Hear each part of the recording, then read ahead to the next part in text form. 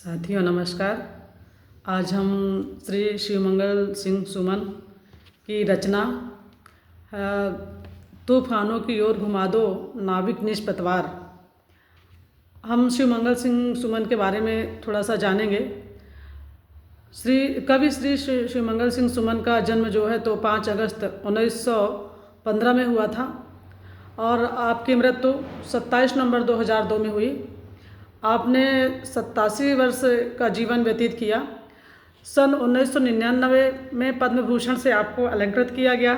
सन 1974 में आपको पद्मश्री से अलंकृत किया गया। सन 1993 में आपको शिखर सम्मान मिला। सन 1993 में आपको भारत भारती सम्मान मिला।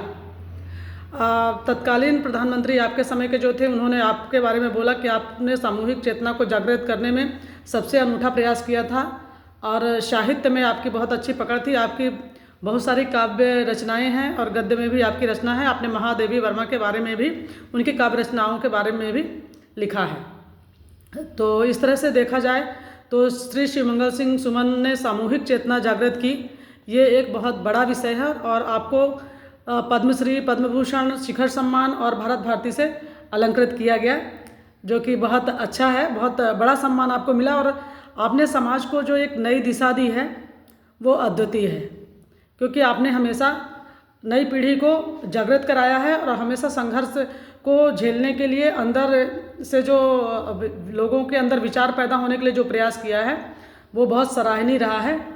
अब हम आगे पढ़ेंगे आपकी कविता, श्री शिवमंगल सिंह सुमन जी की कविता तूफानों की ओर। आज सिंधु ने विष उगला है, लहरों का यौवन मचला है।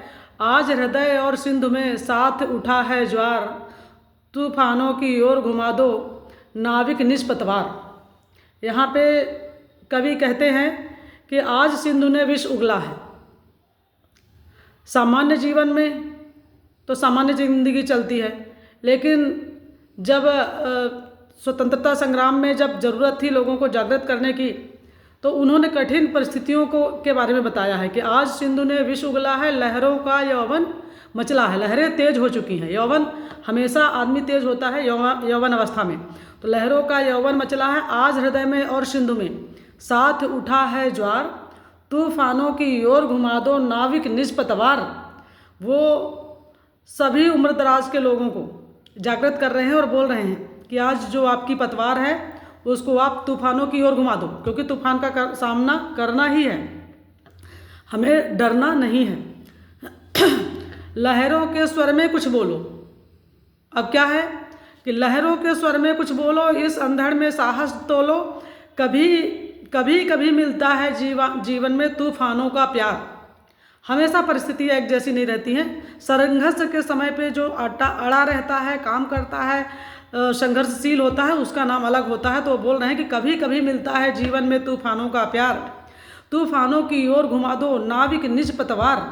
तुम अपनी पतवार को तूफानों की ओर घुमा दो।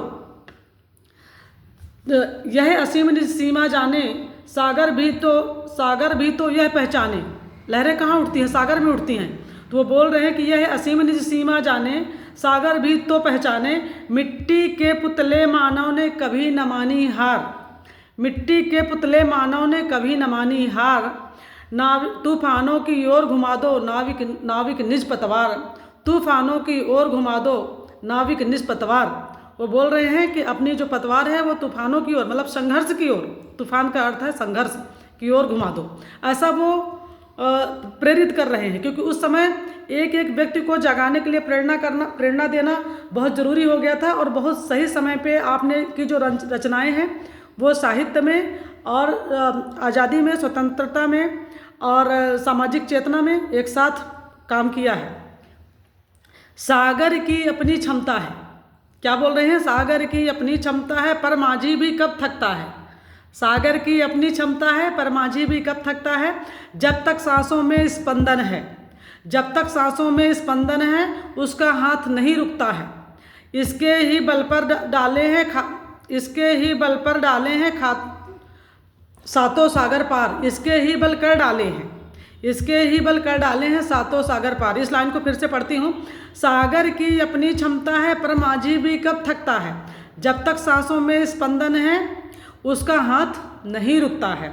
इसके ही बल पर कर डाले हैं सातों सागर पार, माझी ने सातों सागर पार कर लिए हैं। तूफानों की ओर घुमा दो नाविक निज पतवार, वो नई आने वाली पीढ़ी को बोलते हैं जिनके सहयोग की जरूरत थी भारत माता को, उनको बोल रहे हैं कि माझी कभी नहीं थकता है।